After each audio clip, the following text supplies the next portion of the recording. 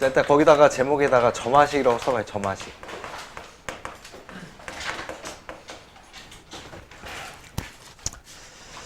자, 일단 점화식이 예전보다 내용들이 여기도 역시 많이 빠져나와가지고 그냥 딱 두 종류로만 일단 기억을 하시면 돼요. 두 종류. 자, 첫 번째 1번은 기본 점화식. 이거 다 했죠. 등차 등비 수열에서 나오는 점화식. 등차 등비 수열이라고만 써놓으시고, 우리 워낙 중요하기 때문에 얘는 특징식이라 그래서 우리가 등차 등비 수열에서 이미 공부를 했어요. 자, 그래서 그냥 눈길도 주지 말고 그냥 넘어가시고, 자, 그 다음에 예전에는 이게 중요 점화식이라고 해서 한 5가지를 따로 배웠거든. 다 없어졌어 그냥. 그래서 등차 등비 수열이 아닌 점화식은 그냥 무조건 기타 점화식이에요. 이제 명백해졌어요. 예전에는 중요 점화식이라고 불렀던 5가지는 일반항 구하는 거를 요령을 다 외웠어요. 다 외웠는데 시험에 출제도 안 될 뿐더러 출제 혹시 되더라도 전부 다 이 기타 점화식으로 보고 이제 문제를 푸시면 되는 거야. 그래서 일단 기본 점화식이 아닌 점화식들은 그냥 기타 점화식이라 지금 잡수열이에요. 잡수열. 그래서 지난 시간에도 살짝 필기 했는데 그냥 나열을 하는 겁니다. 무조건 나열. 나열해서 그냥 끝까지 그냥 답 나올 때까지 나열을 하던가, 아니면 중간에 운이족에 추론이 되는 경우에서 규칙이 발견돼서 추론이 되는 경우, 이땐 추론해가지고 결론을 내리시면 돼. 그래서 이제 일단 여러분들 어떻게 일단 나열을 할 때 기본적으로 점화식을 어떻게 정리해야 되냐면, 항의 번호가 가장 큰 거를 좌변에다가 무조건 하나만 내비둡니다. 좌변에 항 번호가 가장 큰 거.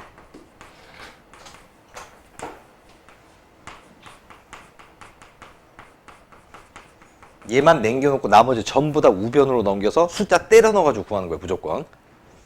그래서 여기가 이제 계산력이 한 방에 문제를 풀어야 되기 때문에 이걸 너무 얕보시면 안 돼요. 좀 이따 이제 기출문제를 최근에 나왔던 걸 풀어볼 텐데, 이 계산을 갖다 실수하거나 헷가닥하거나 문제를 잘못 읽으면은 그냥 바로 골로 가는 거라. 자, 그래서 일단 이 기타 점화식 중에 한 종류긴 한데 요즘에 나오는 거의 대세는 이 3번이죠. 3번. 사실 기타 점화식이 한 종류야. 케이스 점화식이라고 부르는 거죠. 케이스 점화식.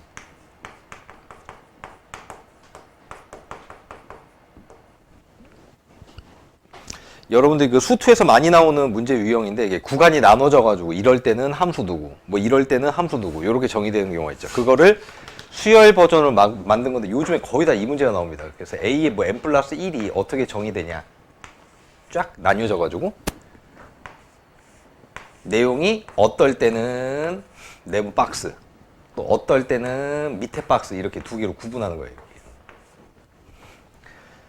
뭐 얘도 뭐 그냥 무조건 나열해야 돼요. 여기다 숫자 때려 넣어서. 근데 약간 이제 문제 유형을 갖다가 좀 정리를 해드리면은, 문제에서 구하라는 게 뭐 A의 몇 번째, 뭐 10번째나 15번째 이런 걸 구하라는 게 문제인데, 이게 첫 번째 A의 원이 주어진 경우에서 A1이 숫자인 경우,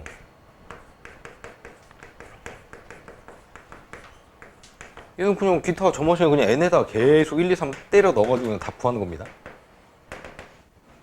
대입해서 그냥 무조건 구하는 게 원칙이고, 요즘에 나오는 이제 수열 문제 중에 가장 어려운 문제는 거의 추론도 안 돼. 그냥 답 나올 때까지 무조건 쓰는 거야. 답 나올 때까지.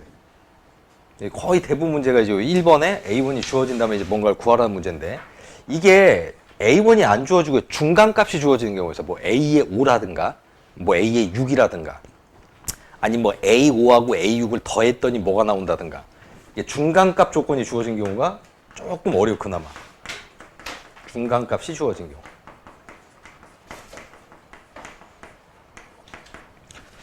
자, 일단 크게 문제풀이가 2가지가 있는데, 이때 그냥 나는 뭐 처음부터 하는 게 무조건 A1을 뭐라고 하여튼 놓고 그냥 N에다가 1, 2, 3 집어넣고 그냥 순차적으로 구하는 게 편하다. 그런 사람은 이제 A1을 갖다가 뭐 A로 이렇게 만들어 놓으시고요. 문자로 놓고 N에다 1, 2, 3 넣어서 계속 문자로 쓰는 거예요. 문자로. 그래서 문제 뭐 A5가 얼마다라고 하면 이 A를 이용해서 A5까지 구하는 거지. 근데 이게 썩 좋진 않은 게, 이 문자가 들어가면은 계산하기가 좀 짜증나, 이게. 그래서 일단 이렇게 푸는 방식도 있는데, 두 번째 방식을 좀 잘 배워놓으세요. 문제에 중간값이 딱 값으로 나온 경우도 있고, 이제 조건으로 나오는 경우도 있어요. 두 개 합이나 곱이나 뭐 빼기가 얼마다. 중간값 조건을 먼저 활용한 거예요. 중간값 조건.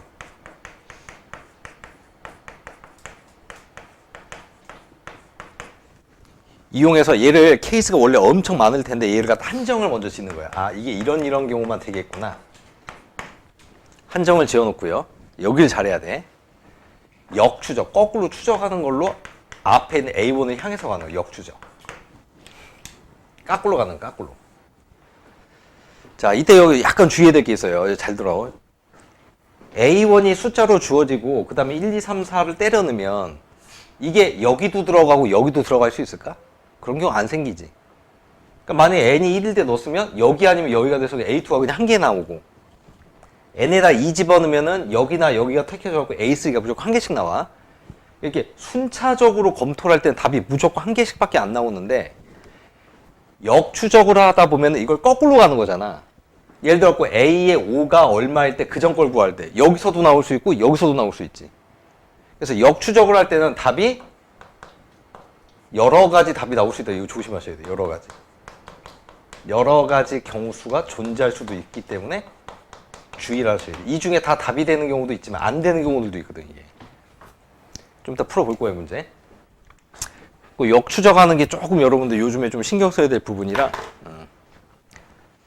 그래서 앞으로 가는 거예요. 보통 A1을 구하세요. 그러면 이제 역추적하고 계속 가지쳐서 두 가지 나오는 것 중에 알맞은 A1에 해당하는 조건을 만족하는 값만 딱 추려내시면 되는 거예요. A1이 7. 그리고 AND A의 N 플러스 1. 케이스 정화식이 나오는데 두 가지로 나뉘거든요.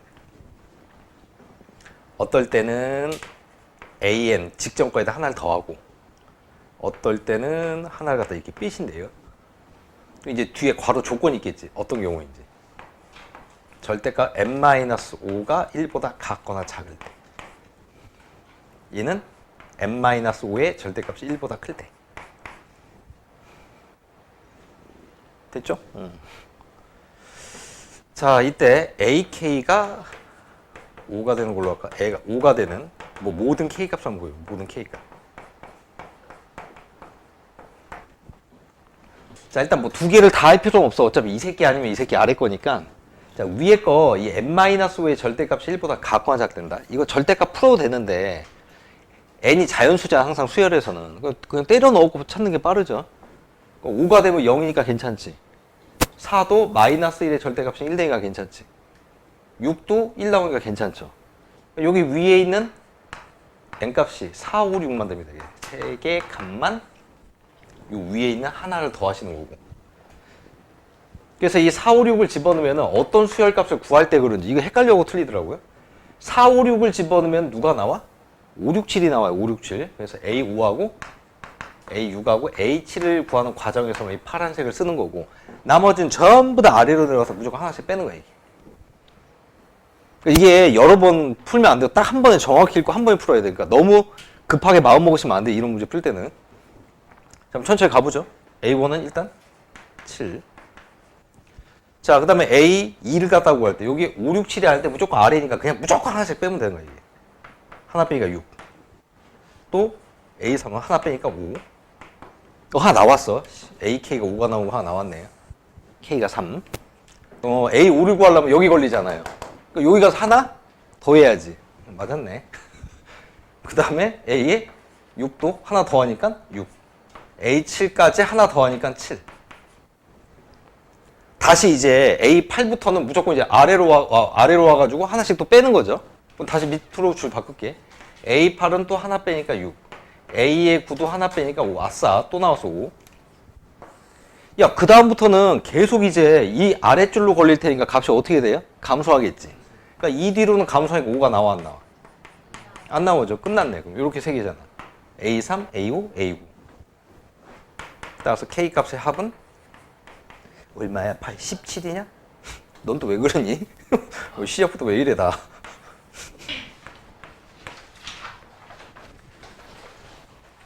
자, 수열이 교과과정에서 엄청나게 많이 빠졌다고 했는데 얘는 안 빠졌어. 얘는 점화식 작성하기는 여전히 남아있습니다. 그리고 실제로 시험에도 나왔어요. 최근에.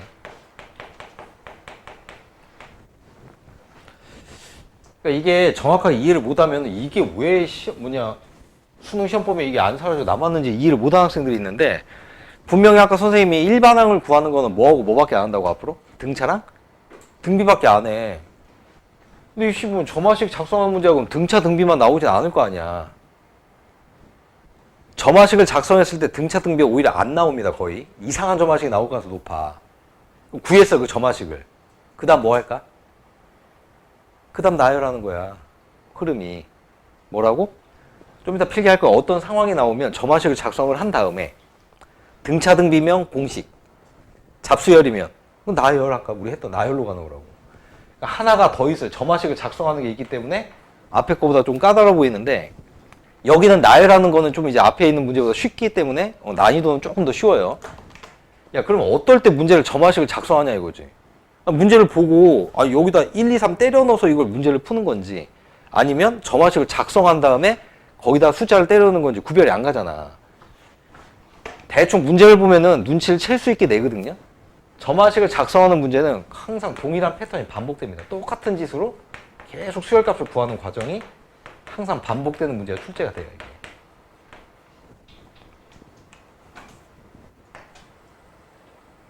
그러니까 대표적인 게 요즘에 뭐 교과서에만 거의 실려 있는 문제긴 한데, 뭐 여기 이렇게 두 개의 물통이 있는데 A 물통하고 B 물통. 뭐 예를 들어 여기는 뭐 가득 차 있어. 여긴 비어 있고. 여기에서 2분의 1을 걷어서 1로 주고 다시 여기에서 2분의 1 걷어가지고 1로 줘. 이거를 1회차 시행이라 그래. 그래서 A에 남아있는 물의 양을 뭐 A1이라고 이렇게 놓고, 그 다음에 또 거기에서 여기로 2분의 1 주고 또 여기서 2분의 1 가져와. 그때 남는 물의 양을 A2라고 하면 지금 A1하고 A2를 구하는 과정이 패턴이 똑같아, 달라? 똑같지? 그러니까 이렇게 눈에 보인다니까. 같은 짓을 계속해서 쭉 가면서 뭐 AN이 필요한 거예요, AN이. 이때는 나열하면 계산이 무조건 길어.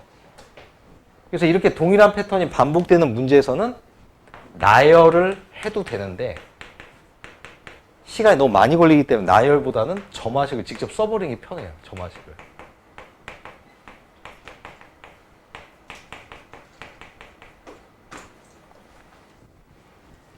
점화식을 샥 작성을 했더니 요게 등차 등비로 나올 때도 있고요. 아니면 기타 수열로, 잡수열로 나올 수도 있죠, 잡수열로.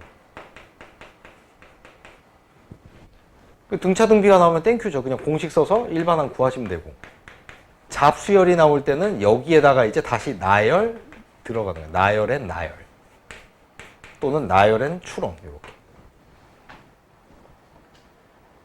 동일한 패턴이 반복될 때는 반드시 점화식을 작성하는 거 꼭 얘는 중요합니다. 왜냐면 여기 물통에서 물 옮기는 거는 그냥 한번 갔다가 오는 거니까 잽싸게 계산하면 되잖아. 이렇게 하나의 값을 구하는데 패턴이 한 6번 계산해야 될 때도 6번. 6번을 쪼르르 계산해야 A1 나와. 그 다음에 A1을 쳐넣고 또 6번을 쪼르르 계산해야지 A2 나와. 우리가 규칙을 보려면 최소 3개는 필요하잖아. 등차인 걸 보려면 등비나. 18번 계산해, 18번. 그래서 나오면 다행이지. 안 나오면은 좌절하는 거 아니야. 언제까지 다 규칙 나올 때까지 써야 되는데. 그래서 이렇게 패턴이 나오는 문제에서는 반드시 뭐 한다? 점화식을 작성합니다.